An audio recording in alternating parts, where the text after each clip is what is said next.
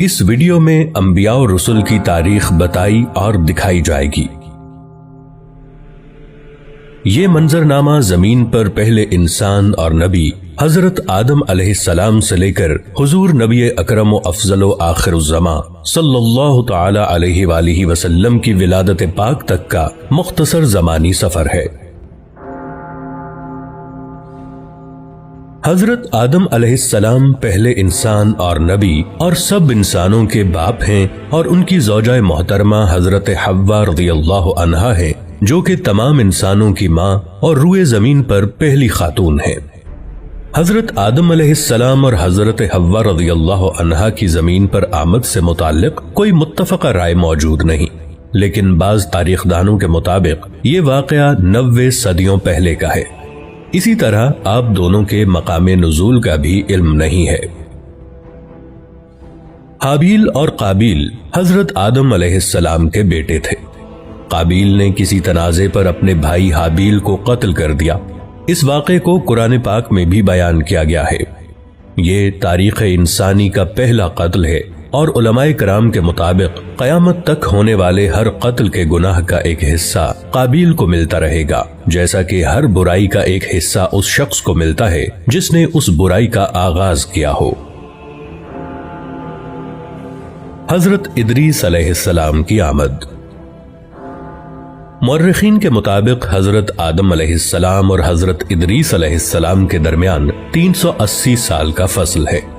حضرت ادریس علیہ السلام قلم کا استعمال کرنے والے پہلے انسان تھے، شاید اسی لیے ان کا نام ادریس ہے، جس کے معنی ہے درس دینے والا۔ حضرت نوح علیہ السلام پہلے رسول ہیں۔ بعض مورخین کے مطابق آپ علیہ السلام کا زمانہ حضرت آدم علیہ السلام سے 1600 سال بعد کا ہے۔ قرآن کریم کے مطابق اللہ تعالیٰ نے آپ کو 950 برس کی عمر عطا کی۔ اللہ تعالیٰ نے آپ کو انسانوں کی اصلاح کے لیے مبعوث فرمایا، لیکن ایک طویل عرصہ دعوت و تبلیغ کے باوجود لوگوں نے آپ علیہ السلام کی تکذیب کی، جس کے نتیجے میں اللہ تعالیٰ نے اس قوم پر پانی کا عذاب بھیجا۔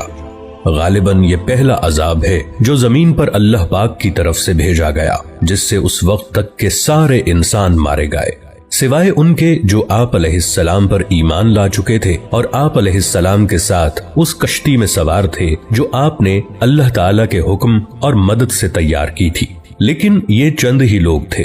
اس واقعے کے بعد نسل انسانی حضرت نوح علیہ السلام کے 3 بیٹوں سے آگے چلی، اسی لیے آپ علیہ السلام کو آدم ثانی بھی کہا جاتا ہے۔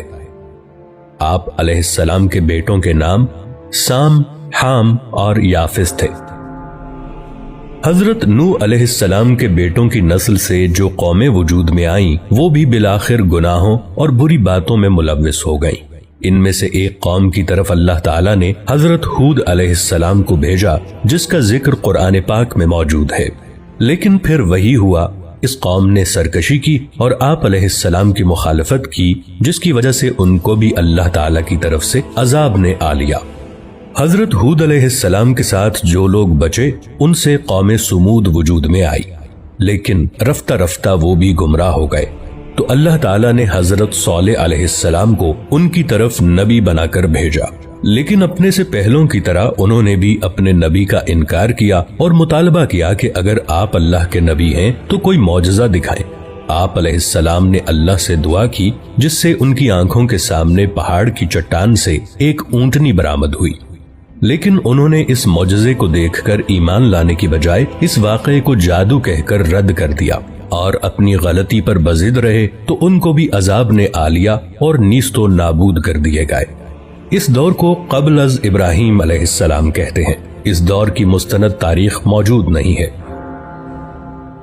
حضرت ابراہیم علیہ السلام تقریباً 2200 قبل مسیح عراق میں پیدا ہوئے۔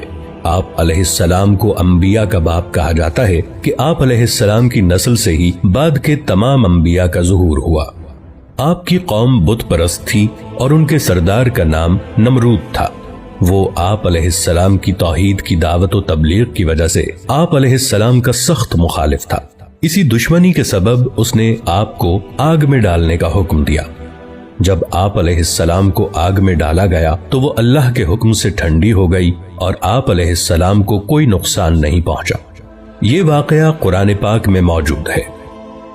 آپ علیہ السلام کی 2 بیویاں تھیں، ان سے 2 بیٹے پیدا ہوئے اور وہ دونوں نبی تھے۔ حضرت حاجرہ رضی اللہ عنہا سے حضرت اسماعیل علیہ السلام اور حضرت سارہ رضی اللہ عنہا سے حضرت اسحاق علیہ السلام۔ اس دور کو بعد از ابراہیم علیہ السلام کہتے ہیں۔ اس دور کی کچھ تاریخ موجود ہے اور اسے انگلش میں پوسٹ ابراہم ایرا کہتے ہیں۔ حضرت ابراہیم علیہ السلام کے بھتیجے حضرت لوط علیہ السلام کو اللہ تعالیٰ نے ایک قوم کی طرف بھیجا جو کہ فحش کاموں میں مبتلا تھی۔ آپ علیہ السلام نے بہت چاہا کہ وہ لوگ غلط اور غلیظ کاموں سے باز آ جائیں، لیکن انہوں نے آپ علیہ السلام کی بات نہیں مانی اور وہ بھی ماضی کی قوموں کی طرح اللہ تعالیٰ کے غیظ و غضب کا شکار ہو گئے۔ حضرت اسحاق علیہ السلام اللہ کے نبی تھے، لیکن ان کے متعلق مزید تفاصیل نہیں پائی جاتی، سوائے اس بات کے کہ یہ حضرت یعقوب علیہ السلام کے والد تھے۔ حضرت اسماعیل علیہ السلام حضرت ابراہیم علیہ السلام کے بیٹے اور حضرت اسحاق علیہ السلام کے بھائی تھے۔ حضرت ابراہیم علیہ السلام نے اللہ کے حکم سے حضرت اسماعیل علیہ السلام کو مکہ کی سرزمین میں لا کر آباد کیا۔ مکہ جہاں سب سے پہلے حضرت آدم علیہ السلام نے اللہ کا گھر یعنی کعبہ بنایا تھا، اب ہزاروں سال بعد اللہ تعالیٰ نے حضرت اسماعیل علیہ السلام کے ذریعے اس گھر کو دوبارہ آباد کروایا۔ حضرت یعقوب علیہ السلام حضرت اسحاق علیہ السلام کے بیٹے تھے۔ ان کا لقب اسرائیل تھا۔ اسرائیل کے معنی اللہ کا بندہ ہے۔ آپ علیہ السلام کی متعدد بیویاں تھیں جن سے اللہ تعالیٰ نے انہیں 12 بیٹے عطا فرمائے۔ یہی لوگ اور ان کے بعد آنے والی ان کی نسل بنی اسرائیل کہلاتی ہے، یعنی اسرائیل کی اولاد۔ بعد میں یہی لوگ اپنے آپ کو یہود یا یہودی کہنے لگے، کیونکہ ان 12 میں سے سب سے بڑے بھائی کا نام یہودا تھا۔ یہ لوگ اپنے آبائی ملک عراق سے ہجرت کر کے فلسطین آ گئے تھے۔